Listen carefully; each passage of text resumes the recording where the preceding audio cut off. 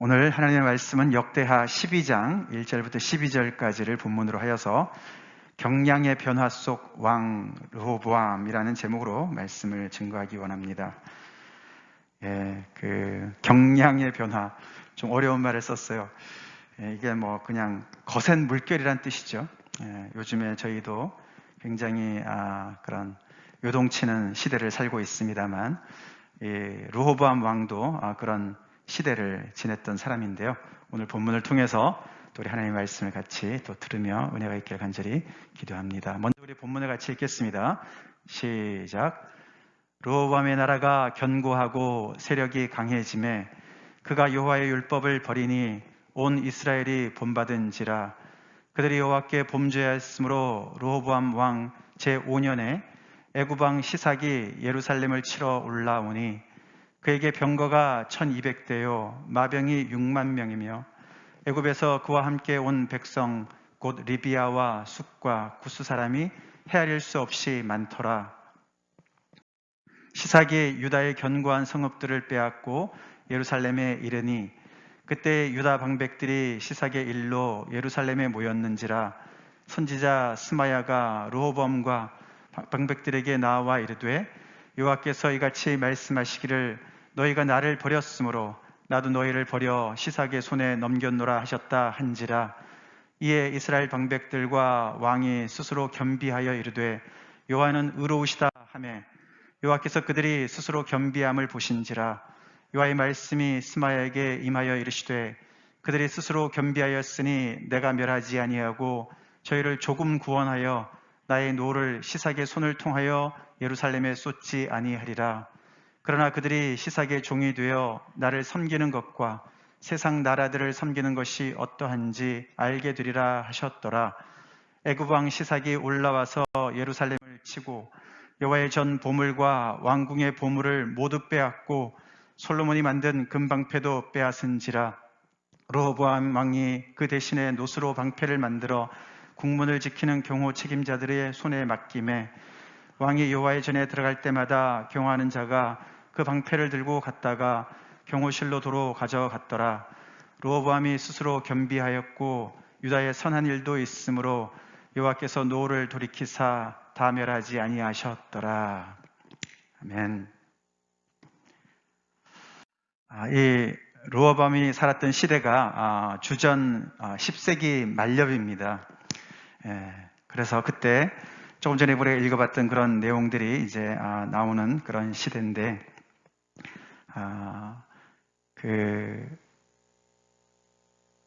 이때 바로 이 나라가 분열이 되었죠. 사실 다윗 왕조가 시작된 지 80년 만에 이 르호보암 대에 와서 나라가 두동강이 났습니다. 엄청난 일이죠. 다윗 왕조가 시작되어서 80년 동안 그 지역에서 굉장히 위세를 떨치고 정말 번영하고 부강한 그런 나라였는데 나라가 분열이 됐어요. 우리 한국도 지금 분단의 그런 아픔을 가지고 있는데 이 나라는 하나가 되었다가 나라가 그냥 2분의 1로 나눠진 것이 아니라 북쪽에 10지파랑 남쪽에 2지파랑 이렇게 6분의 1 비율로 나누어진 그런 시대에 이 주인공이 되었습니다. 그뿐만 아니라 오늘 본문을 또 읽어보면은 외세의 침략 또한 이렇게 받게 되는 그런 정말 어려운 시절을 르호보암이 지금 겪고 있는 것이죠.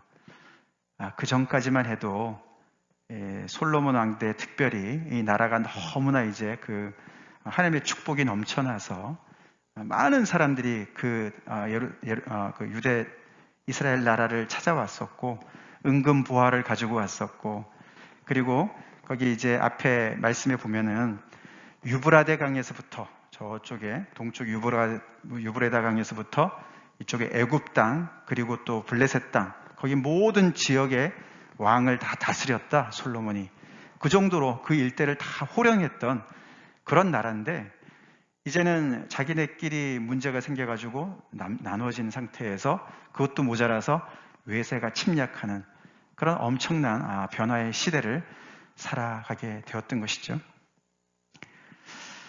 사실 이런 이 일은 사실 르호보암 왕의 문제만은 아니었습니다. 책임만은 아니었습니다. 우리가 역대하 말씀을 쭉 따라왔지만 사실 그 아버지 솔로몬 왕이 남겨뒀던 어떤 그런 배기지가 있었어요.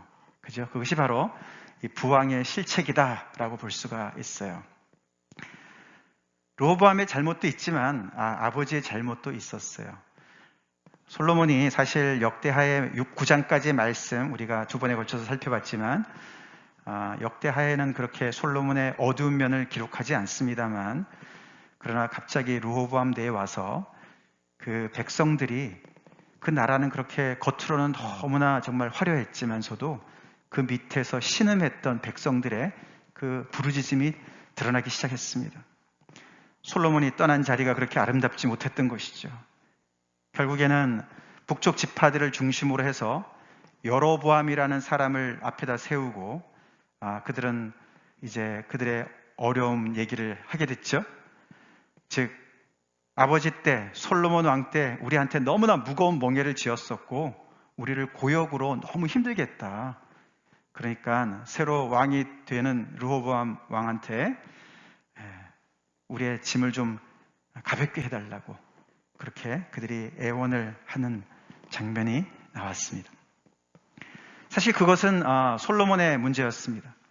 르호보암은 초이스가 있었어요. 사실 그들의 말을 들을 수가 있었지만서도 그는 그 원로들의 그런 충고를 뒤로 하고 젊은 사람들의 말을 들으면서 내 새끼손가락이 우리 아버지 허리보다 더 굵다 그러면서 나는 더 강력하게 다스릴 것이다. 우리 아버지는 가죽 책직으로 너희들을 다스렸지만 나는 전갈 책직으로 너희를 다스릴 거다. 이렇게 아주 험악한 말을 함으로 인해서 결국은 그는 첫 단추를 잘못 끼는 그런 문제를 실패를 하게 됐습니다. 그래서 그 나라는 사실 분열이 된 것이죠. 부왕의 실책이 있었기 때문에 당연히 필연적으로 나라가 분열될 건 아니었습니다. 그가 막을 수 있었는데 그런 실수를 함으로 인해서 결국에는 이 나라가 이제 두동강이 나게 되었죠. 그런 후에 르호보암은 정신을 좀 차린 것 같습니다. 그는 첫 3년은 굉장히 그래도 선한 정치를 폈어요. 감사하죠. 사실 이렇게 나눠진 다음에 얼마나 그 충격이 컸겠습니까? 그죠? 그 나라가 정말 내외적으로 너무나 화려하고 부강한 나라였고 정말 대단한 나라였는데 이렇게 안에서 정말 이렇게 세력이 나눠졌으니까 얼마나 정말 어떻게 보면 수치스러운 일이기도 하고 또 위험한 일이기도 하고 그래서 르호보암은 이것을 돌리기 위해서 무력으로 그들을 정벌하려고 18만 명의 군대를 소집해서 북쪽을 쳐들어가려고 했을 때 감사하게도 그 나라에 선지자가 있었어요. 선지자가 그러지 말라고 같은 형제들끼리 싸우지 말라고 하나님께서 말씀하셨다. 이렇게 나눠진 것은 하나님으로부터 온 것이다 라고 설명을 한 건데 르호보암이 감사하게도 그 얘기를 듣습니다. 듣고 군대를 소집했다가 다 해산시켰어요. 그러고는 그는 더 이상 북쪽을 신경을 안 쓰는 것처럼 생각하면서 다른 여러 성읍들을 견고하게 다시 세웁니다. 방비를 하는 거예요. 근데 그는 이렇게 여러 성읍들을 이제 방비하는 내용들이 이제 오늘 우리가 12장을 봤지만 그 앞에 부분에 나오는데 그 성읍들을 가만히 보면은 이거는 북쪽 이스라엘을 견제하기 위해서 세운 것이 아니고요. 서쪽, 남쪽, 동쪽에 그런 이 경계를 강화시키는 거였습니다. 외세의 침입을 사실 강화시키는 그리고 북쪽은 아무래도 언제라도 이렇게 교류가 가능할 수 있도록 신경을 썼던 것 같습니다. 그런 참 제대로 잘 하고 있었어요. 그러니까 하나님께서 그에게 그 남쪽 유다 나라에게 어떻게 보면 축복을 주시죠. 그들에게 힘을 실어주시는데 어떻게 합니까? 북쪽에 10지파에 흩어져 있었던 레위 지파들이 남쪽으로 내려오기 시작합니다. 여로보암이 그들이 더 이상 하나님을 예배할 수 없도록 했거든요.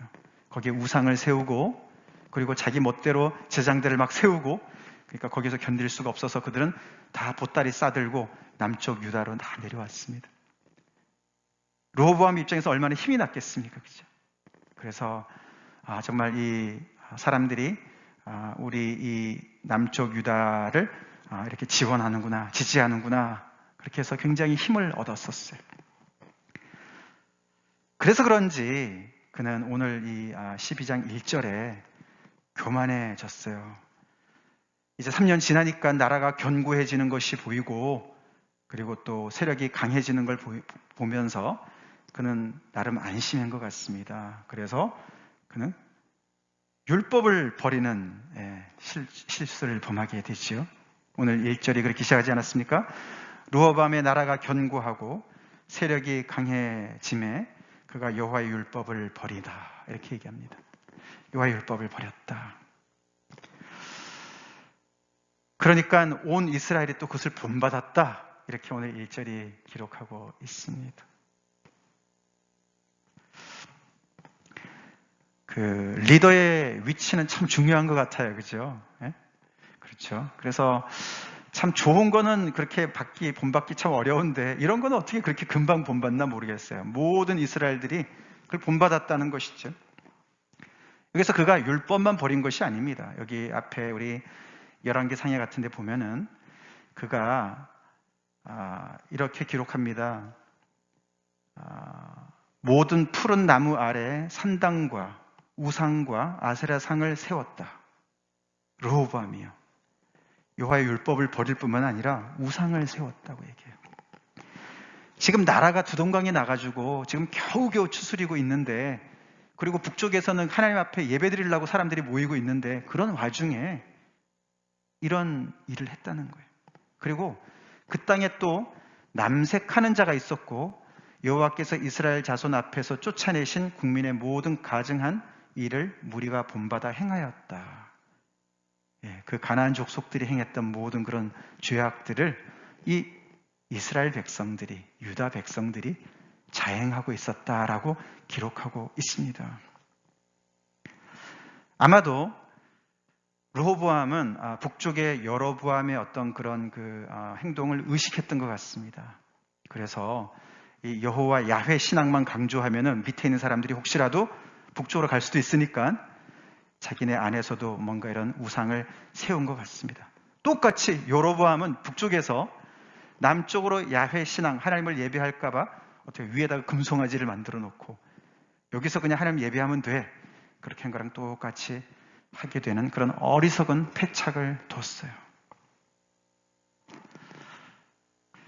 사실 그래서 이 나라 분열까지만 갔어도 되는 건데, 그는 이런 실정을 함으로 인해서 외세 침략까지 오게 된 거예요. 그래서 어떻게 보면은 도미노 현상으로 이렇게 넘어집니다. 부왕의 실책이 나라 분열을 넘어뜨리고 외세 침략까지 넘어뜨리는, 그렇게 도미노 현상으로 모든 것들이 일어나게 되는 것을 봅니다. 사실 르호보암 입장에서 볼 때는 솔로몬의 아들로서, 그죠? 그 왕위를 이어받은 거 아닙니까? 솔로몬이 부인이 얼마나 많았고요, 아들들이 얼마나 많았습니까? 그죠? 근데 그 중에 선택을 받은 사람이잖아요. 근데 이 사람이 아버지의 왕위에 그런 얻은 것을, 그 후광에, 아버지의 후광에 덕만 본 게 아니라 사실 많은 부담 또한 이렇게 안게 되었고, 그래서 어떻게 보면은 정말 어떻게 보면 좀 불쌍한 면도 좀 있어요. 그죠? 아버지가 너무 대단했던 사람인데 그 자리를 정말 필하려니까 얼마나 힘들었겠습니까? 그죠? 그래서 나름대로 애를 쓰는 게 보여요. 그죠? 그래서 선지자 이야기도 듣다가 또 백성의 이야기도 듣다가 하여튼 좌충우돌하는 것 같은, 그래서 그렇지 않아도 변화가 많이 일어나는 중에 더 자기의 어떤 그런 실책으로 더 복잡하게 일을 만들어서 더 힘들게 되는 그런 것을 보게 돼요. 결국은 그래서 오늘 12장의 내용의 중심인 외세 침략이 처음으로 일어나게 되었어요. 아까도 말씀을 드렸지만 솔로몬 시절에는 바로의 딸을 자기 부인으로 삼았어요. 그렇게 정략 결혼을 했어요. 그래서 애국과 관계가 괜찮았던 것이죠. 근데 오늘은 이 애굽 왕 시삭이 그 나라를 쳐들어옵니다. 그 남방의 여러 나라들의 연합국을 이루어 가지고 이 땅을 쳐들어왔어요. 이 시삭이 어떤 인물인가 하면요, 아까 말씀드렸던 북쪽 그 지파들의 리더격인 여로보암, 그 여로보암이 이제 북이스라엘의 초대 왕이지 않습니까? 그 반란군의 앞에 서 있는 여로보암이 솔로몬한테 핍박을 받을 때 그가 애굽으로 피신하거든요. 그때 시삭 밑에 가 있었어요. 시삭이 여로보암을 비호해 줬습니다. 그를 통해서 여러 가지 그 내 실정을 들었겠죠, 그죠? 그러니까 솔로몬이 죽었다는 얘기를 듣고 여로보암은 올라갔고, 이제 틈틈이 이제 그 호시탐탐 보고 있다가 이제 나라가 이렇게 정말 힘들어지는 걸 보면서 드디어 애굽 왕 시삭이 이 나라를 쳐들어온 거예요. 오늘 본문에 보면은 이렇다 할 무슨 저항을 한번 해본 것도 없어요, 그죠? 그래서 주변에 많은 그런 성읍들을 강화시켰는데 아무 소용이 없었습니다. 그냥 쳐들어와서 그 모든 것들을, 견고한 성읍을 다 차지해버렸어요. 차지할 뿐만 아니라 어떻게 됐습니까? 심지어는 여호와의 전, 솔로몬의 성전 안에 있는 모든 보물들을 다 뺏어가고, 왕궁에 있는 모든 보물을 다 뺏어가고. 그래서 오늘 여기에 특별히 재미있는 표현이 나오죠. 솔로몬이 그 나라가 그때 얼마나 정말 영광스럽고 영화가 넘쳐났었든지 금이 그렇게 많았지 않습니까? 그래서 이 금이 그냥 정말 너무 많으니까 그거 가지고 방패를 만들었어요, 그죠? 큰 방패 200개, 작은 방패 300개. 그게 방패의 역할도 하겠지만 상징이죠, 그죠? 나라의 그 부강함을 보여주는 거 아닙니까? 근데 이 시삭이 와서 그걸 다 뺏어갔어요. 뺏어갔습니다. 그랬더니 르호보암이 금방패 없으면 놋방패 만들지 뭐, 그러고는 놋방패를 대신했다. 금이 놋으로 바뀌었어요. 상징적인 표현이죠. 이 다윗 왕조의 영화가 이렇게 쇠락하는 것을 암시적으로 보여주는 것이죠. 이런 내용이 이제 주전 10세기 말에 벌어졌어요. 918년부터 이 르호보암이 그 이제 왕위에 있었거든요. 17년간을 다스렸는데, 이스라엘 왕조들 정말 그 많은 이야기들이 있지만 특별히 이때 그 다윗과 솔로몬의 그 놀라운 그런 그 영화 바로 뒤에 너무나 쉽게 이렇게 나라가 분열이 되고 또 외세의 침략을 받아서 그냥 완전히 당하는 그런 어떻게 보면 치욕적인 역사가 기록이 되어진 건데, 역대기 저자는 오늘 이런 본문을 가지고 그 당시 포로에서 돌아온 그 1차 독자들한테 무슨 메시지를 전하고 싶었을까? 그리고 또 우리는 또 이 말씀을 통해서 무슨 메시지를 받기를 하나님께서 원하시는가? 우리가 좀 생각을 해봐야 되겠습니다. 이 르호보암 왕 말이죠. 그러니까 다윗 왕조로 보면은 3대째고 이스라엘 전체로 보면은 4대째 아닙니까? 앞에 사울 왕이 있었으니까. 이 사람은 한마디로 처음 출발할 때 가진 게 많았던 사람이에요. 받은 게 많은 사람입니다. 우리가 앞으로 이제 한 5, 6주에 걸쳐서 역대기 말씀을 볼 때 이제 계속 이제 왕들 이야기가 나오거든요. 그때마다 그 왕들의 특징들을 우리가 볼 텐데요. 이 르호보암 왕은 일단은 시작할 때 받은 게 많은 사람이었습니다. 아까도 말씀드렸지만 그는 솔로몬의 후계자예요. 적통이었어요. 위에 여로보암이 아무리 북이스라엘 10지파를 거린다 하더라도 그 사람은 다윗의 후손이 아니었습니다. 그렇죠? 그런 엄청난 그런 어떤 프리빌리지가, 특권이 있었던 사람이에요. 또 하나는 뭐냐면은 이 땅으로 비교하면은 사실 한 3분의 1 정도밖에 안 돼요. 3분의 2 정도가 북쪽에 속해 있는 거고, 이제 남쪽 유다가 3분의 1 정도 차지했지만 가장 중요한 예루살렘 성전이 그 땅에 있었어요. 그래서 아까 제사장들과 레위인들이 남쪽으로 내려온 이유가 거기에 있어요. 이거 굉장한 자산이 있죠. 굉장한 자산이 있죠. 하나님 앞에 예배 드릴 수 있는, 그 예배를 계속해서 드렸던 그 전통이 있는 그 하나밖에 없는 하나님을 예배하는 지성소에 하나님의 언약궤가 안치되어 있는 그런 귀한 성전, 계속 예배가 드려지는 그런 귀한 성전이 그 아래에 있었다고요. 거기에 왕이었습니다.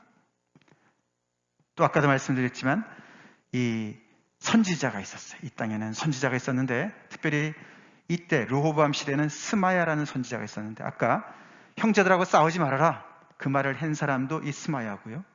오늘 여기에서 오늘 12장에도 애굽 왕 시삭이 쳐들어왔을 때 하나님으로부터 말씀을 받아서 너네가 왜 이런 일을 당하는지 아느냐? 라고 설명해 준 그 사람이 바로 이 선지자였어요. 다시 말해서 르호보암은 일단은 출신 성분도 그렇고 환경이 굉장히 지금 물론 많은 것을 빼앗기고 나라가 두동강 났지만서도 그렇지만서도 이 귀한 자산을 가지고 있던 사람이었다는 것이죠. 근데 유감스럽게도 그는 이 다윗 왕조의 어떻게 보면은 몇 가지 기록 보유자가 되었어요. 우리가 아까도 봤지만 그 사람은 이 분열 왕국의 최초 왕이라는 오명을 벗을 수가 없게 되었고요. 그리고 최초 외세 침략을 받은 왕으로 역사의 기록이 되었던 것이죠. 아버지의 어떤 그런 짐도 있었지만 이 사람도 그렇게 잘하지 못했던 것이에요. 그가 처음에 왕에 오를 때는 41살이었어요. 41살. 우리 여기 대현 형제님이 40살 막 넘은 걸로 알고 있는데, 그러니까 어린 나이가 아니에요. 그렇죠? 어린 나이가 아닙니다. 41살에 등극을 해서 17년간을 다스렸는데, 결국은 이런 참 가진 것이 많이 있는데, 안타깝게 이런 어떤 그런 참 오명의 그런 레코드를 갖게 되었어요. 그렇지만, 오늘 그래도 참 굉장히 긍정적인 기록이 하나가 나오는데 그게 바로 최초로 우리 지난주에 잘 살펴봤던 7장 14절의 약속을 체험한 사람이에요. 역대기 기자가 바로 이거를 이제 알려주고 싶은 거지요. 7장 14절 말씀이 뭐였습니까? 같이 한번 읽어볼까요, 우리? 내 이름으로 일컫는 내 백성이 그들의 악한 길에서 떠나 스스로 낮추고 기도하여 내 얼굴을 찾으면 내가 하늘에서 듣고 그들의 죄를 사하고 그들의 땅을 고칠지라. 아멘. 아멘. 여기 특별히 스스로 낮추고 그의 장점은 선지자의 말을 잘 듣는 것이 장점이었어요. 귀한 거죠? 귀한 거예요. 전쟁 준비를 다 했는데 가지 말라고 안 가겠어요? 형제들하고 싸우지 말라고 안 싸우겠어요? 오늘 여기서는 이 스마야의 이야기를 들으면서 결국에는 뭐라고 얘기했습니까? 여호와께서 너희가 나를 버렸기 때문에 나도 너희를 버린다. 그렇게 말씀하셨어요. 그때 이 사람이 악했으면 스마야를 처단하고 뭐 이랬겠죠, 그죠? 너가 뭐라고? 근데 뭐라 했습니까? 이 이스라엘의 그 리더들과 왕이 여호와는 의로우시다 라고 고백을 했습니다. 여호와께서 정당하시다. 우리가 잘못했으니까 하나님께서 우리를 벌하시는 게 정당하시다. 정의를 베푸신다. 그런 뜻이죠. 그렇게 스스로를 낮췄다고 얘기를 합니다. 오늘 본문의 사실은 그것이 스스로 겸비하여 이렇게 표현이 나오죠. 이 특별히 역대하에 스스로를 겸비하여 이런 단어가 많이 반복이 됩니다. 많이 반복이 되는데 오늘 이 짧은 이 12구절에 4번이나 반복이 돼요. 그만큼 르호보암을 생각해 보면 이제 스스로 겸비해서 회개한 그런 왕으로 기억이 되는 것이죠. 아까도 우리가 살펴봤지만 르호보암이 사실 할 수 없는 일을 했어요. 그죠? 어떻게 하나님 앞에 그렇게 배신을 할 수 있냐고요. 그죠? 그 나라의 사실 할아버지 때 아닙니까? 다윗이 할아버지예요. 그죠? 할아버지 다윗과의 맺은 그 언약 때문에 이렇게 다윗 왕조가 서게 된 것이고, 그리고 자기 아버지 솔로몬도 처음에 나중에 좀 가서 그랬지만 처음부터 얼마나 그 다윗의 언약을 강조했습니까? 하나님의 은혜를 강조했습니까? 하나님께 예배드리는 걸 얼마나 강조했습니까? 그런데 그런 하나님의 율법을 버리고 우상을 세우고 섬기게 하고 많은 백성들이, 온 이스라엘이 백성들이 곁길로 가게끔 그렇게 오도하는 그런 실수를 했는데도 불구하고 그가 스스로 낮출 때, 겸비할 때, 하나님 앞에 정말 겸손히 무릎 꿇을 때 하나님께서는 그들의 기도를 들어주셨다는 거예요. 할렐루야! 스스로를 낮추는 것은, 겸비하는 것은 오늘날도 똑같은 그런 정말 그런 효과가 있을 줄로 믿습니다. 우리가 아무리 정말 처절하게 실패한 자리를 할지라도 우리가 그 자리에서 스스로 낮추면은, 하나님 앞에 스스로를 겸손케 하면은 이 말씀처럼 하나님께서 우리의 기도를 들으실 줄로 믿습니다. 그런 믿음을 우리가 가져야 되겠습니다. 1차 독자들한테 또 우리에게 그 얘기를 해주고 싶은 거예요.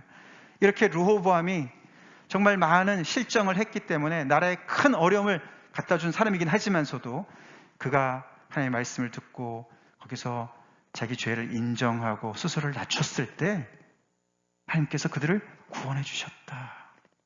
그 역사적인 기록을 이야기하면서 너희도 지금 어렵지만 너희 자신을 돌아보면서 스스로 낮춰서 하나님을 구하라라는 그런 메시지가 들어가 있는 것이죠.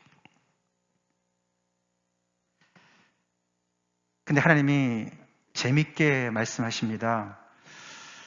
그들을 다 구원해 주진 않으세요. 그죠?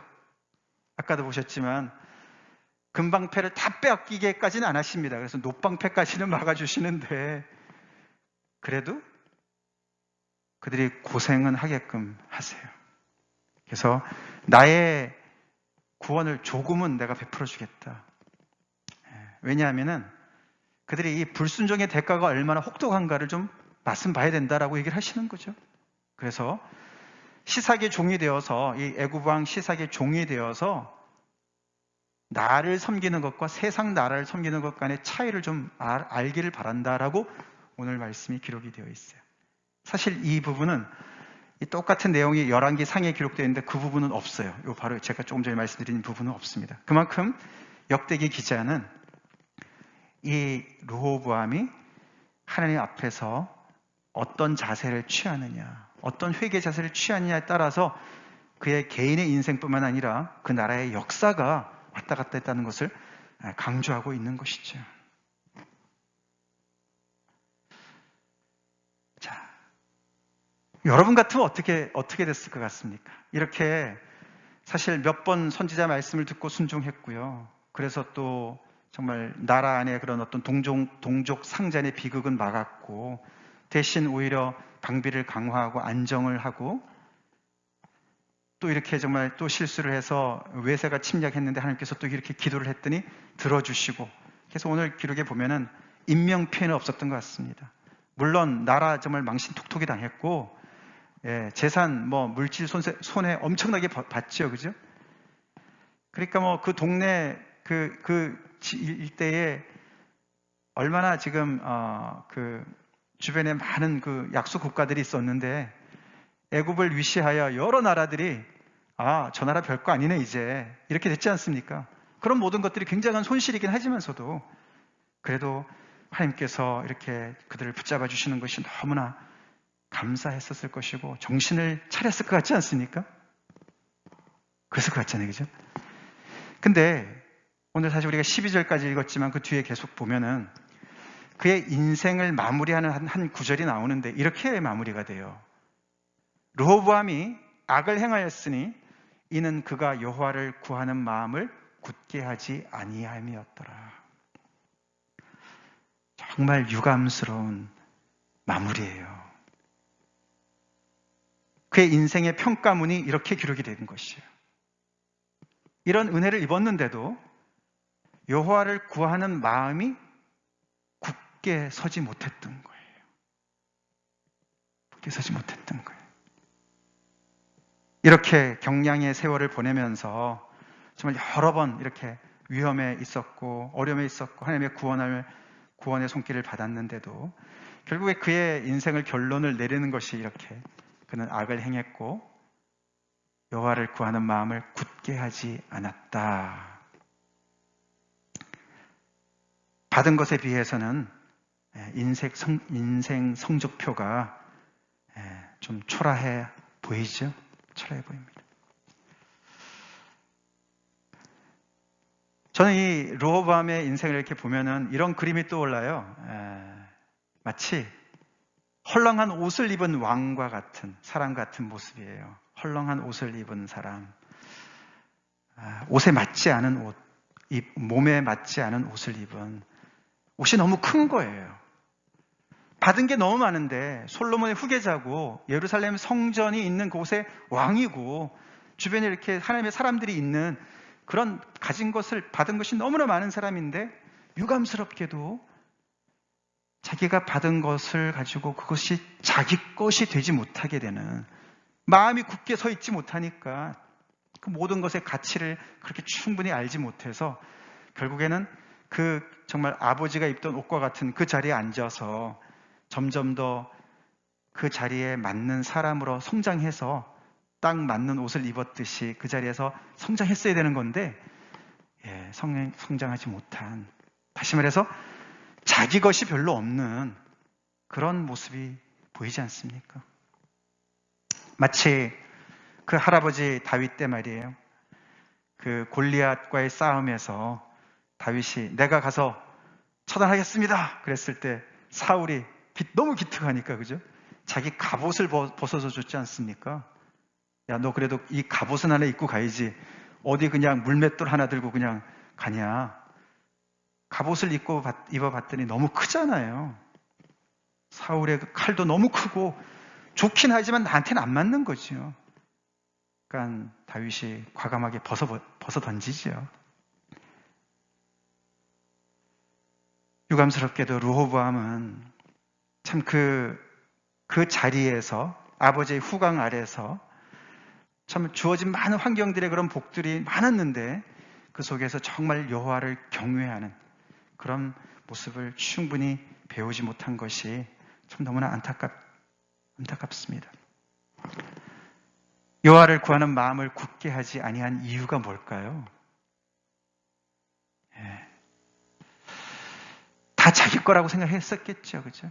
왕의 자리도 그렇고 예루살렘 성전도 누가 옮겨갈 수도 없고, 그렇지만 스스로가 정말 그 하나님의 그 다윗 왕조의 왕으로서 하나님을 경외하는 법을 더욱더 익혀나가고 나의 하나님이라고 고백할 수 있어야 되고 예루살렘 성전에서 계속해서 하나님을 경외하는 그런 마음을 계속 함양시켰어야 되겠죠.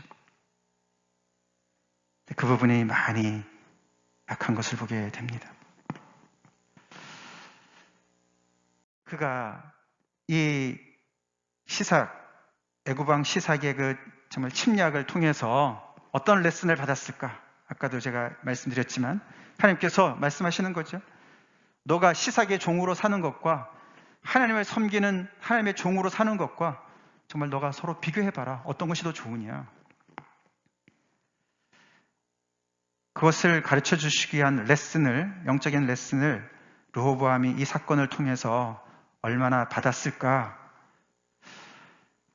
잘 결과론적으로 보면은 못 받은 것 같아요. 그죠? 이걸 제대로 받았다면은 어떤 팔로업이 일어났을 것 같습니까? 그가 여기서 정말 이것을 일생일대의 귀한 그런 정말 뼈아픈 그런 레슨으로 생각하고 거기서 정신을 차렸다면은 몇 가지가 따라왔을 것 같습니다. 첫 번째로는 우리가 전에도 살펴봤지만 시편 127편 1절 말씀 같이 한번 읽어볼까요?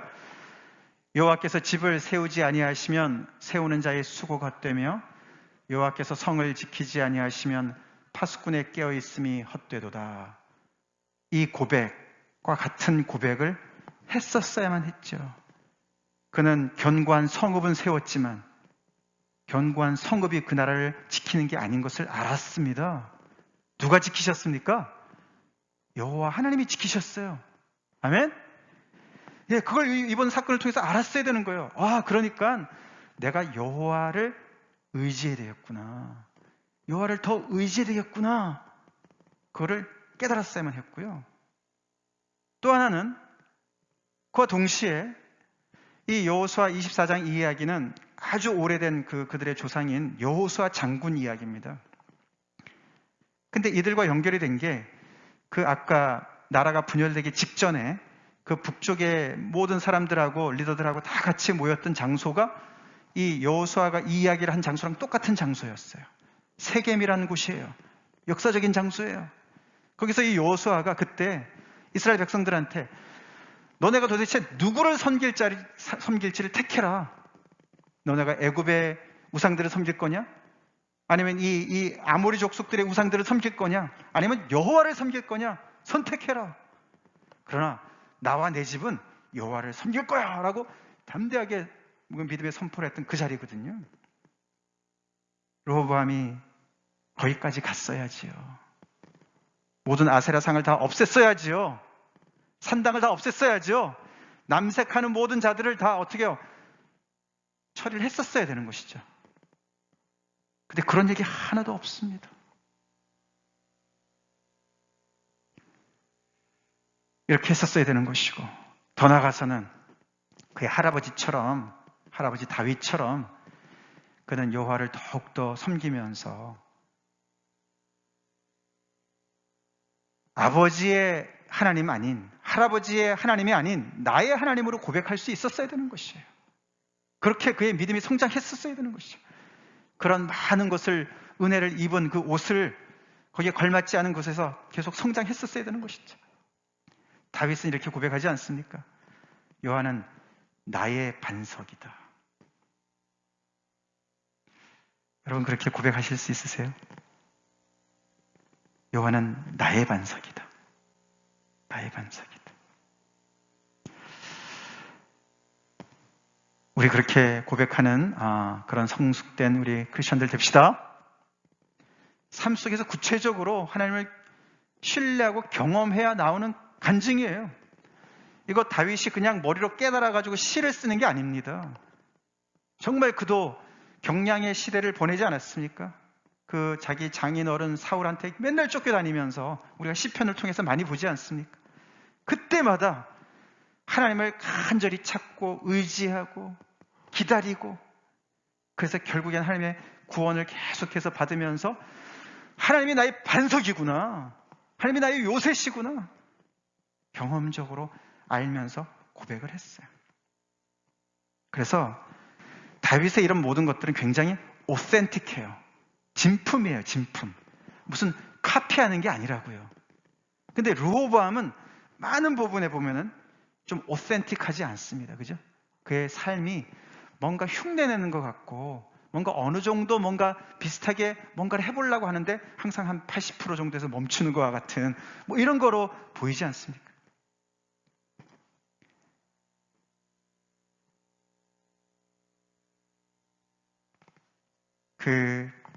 만약에 르호보암이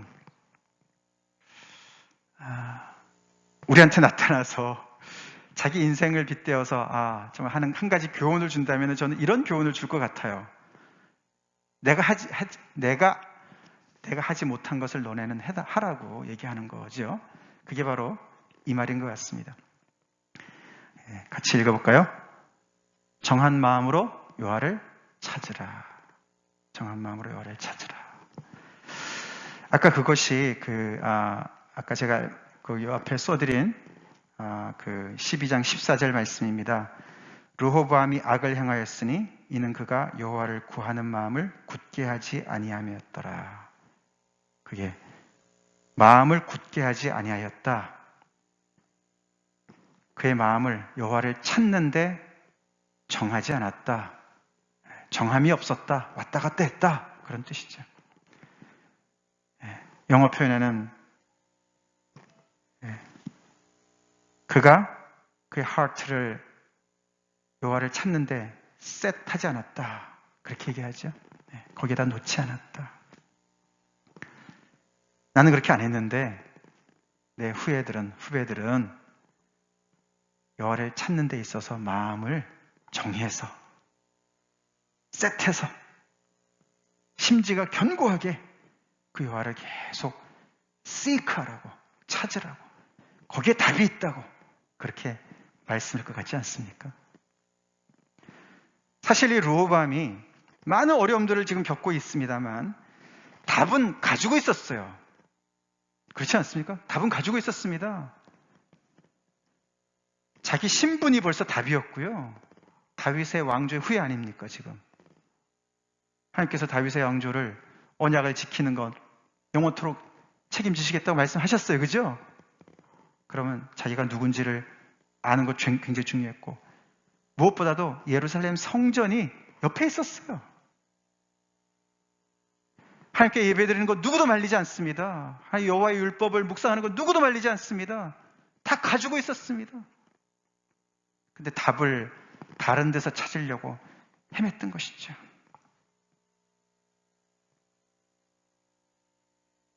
그래서 너네는 그러지 말라고, 여호와를 찾는데 정한 마음을 가지고 찾으라고, 왔다 갔다 하지 말고, 했다 안 했다 하지 말고, 마음을 딱 정해서 여호와를 계속 찾으라고, 그렇게 이야기할 것 같지 않습니까? 우리가 요즘에도 살아가는 시대가 만만치 않습니다. 코로나 자체도 그렇고, 미국의 지금 이 투표 이후로도, 이 대선 이후로도 너무나 정말 그 안정이 되기까지는 정말 얼마나 또 어려움이 있을지 잘 모르겠습니다. 우리 믿는 사람들,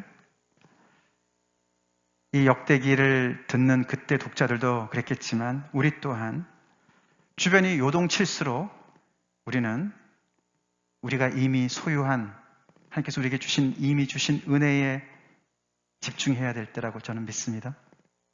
아멘? 저는 흙수저 출신이에요. 르호보암은 금수저 출신이고요. 전 받은 거 별로 없습니다. 우리 인간적으로는 그럴 수 있습니다. 우리는 영적으로는 아니죠. 우리 하나님 나라의 가문에 속해 있는 사람들입니다. 아멘이시죠? 우리 하나님 앞에 예배드릴 수 있는 사람들이고, 또 하나님의 성령이 거하는 성전인 몸에 소속된 사람들이고, 성령을 모시고 살아가는 사람들이죠? 답이 다 거기에 있습니다. 아멘이시죠? 오늘 이 말씀처럼 오늘 택해라. 너네가 섬길 자를 오늘 택해라. 나와 내 집은 여호와를 섬기겠다. 요즘에 우리가 투표하면서 우리도 뭔가를 택했습니다. 그죠? 누구는 바이든을 택했고 누구는 트럼프를 택했어요.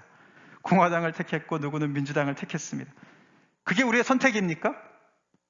물론 그것도 선택해야 되죠.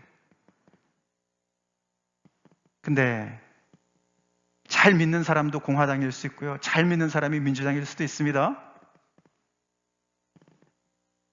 그거는 부차적인 문제죠. 혹시 우리가 르호보암처럼 받은 게 너무나 많은데, 예수 그리스도의 옷을 입었는데 우리는 여전히 베이비같이 성장을 멈춘 것 같은, 그래서 계속 2차적인, 3차적인 다른 사람의 믿음의 고백을 나의 고백으로만 생각하고, 미국에 살아가는 우리가 참 그러기가 참 쉬운 것 같습니다. 이 르호보암이 무슨 어려움을 겪었겠습니까? 왕으로 옹립되기 전까지 말이에요. 부족한 게 뭐가 있었겠어요, 그죠? 솔로몬이 아버지였는데요. 그래서 확실히 참 고생을 모르고 자라간 세대는 참 어려움이 많은 것 같아요, 그런 부분에서. 근데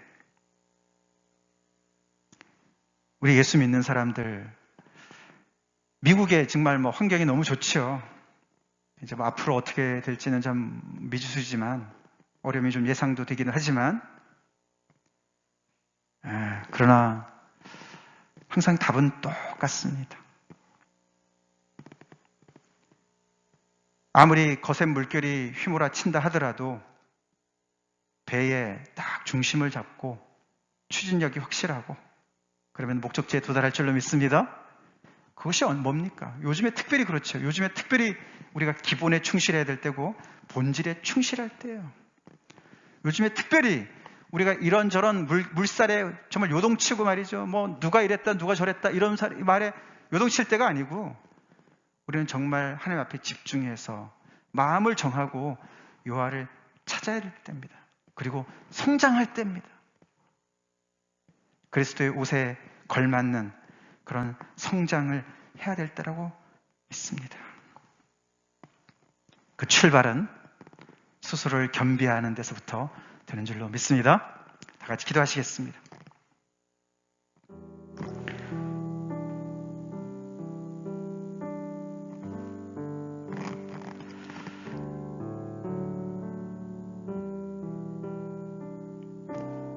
하나님은 여전하시고 하나님의 은혜는 여전히 우리를 향해서 열려 있습니다. 스스로를 겸비하여서 하나님 앞에 서는 것이 이렇게 상황을 반전시킬 수 있다는 사실을 우리는 믿음으로 하나님 앞에 나옵시다. 인생이 아무리 기울어졌어도 실패했어도 악에서 떠나 스스로를 낮추고 기도하여 하나님의 얼굴을 구하면 하늘에서 들으신다 하셨습니다. 죄를 사하신다 하셨습니다. 고쳐주신다 하셨습니다. 이 약속을 처음 보여준 것이 르호보암의 인생입니다. 그 자리에 갑시다. 그리고 우리 르호보암이 미처 못한 그 팔로업을 우리는 합시다. 그 당대에 르호보암을 위해서 기도한 사람이 있었다면 조금 전에는 말씀으로 그렇게 기도하지 않았을까요? 하나님, 우리 왕이 제발 하나님에게 집중하게 해주세요. 마음을 정해서 하나님을 찾게 해주세요. 우리를 잘 인도하게 해주세요. 그렇게 기도하지 않았겠습니까? 우리 서로를 위해서 그렇게 기도해야 되지 않겠습니까? 왕 같은 제사장으로 우리가 부름을 받은 그리스도인들입니다. 그리스도의 옷을 입었습니다.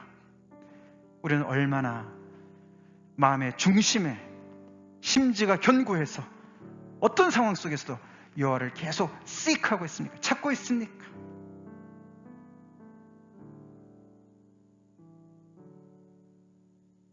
하나님을 신뢰할 때 우리도 모르는 사이에 우리는 나만의 인생, 믿음이 내 것이 됩니다. 오센틱한 삶을 살 수 있습니다. 다른 사람 흉내내는 것이 아니라 정말 다윗처럼 어려우면 어려운 대로, 순탄하면 순탄한 대로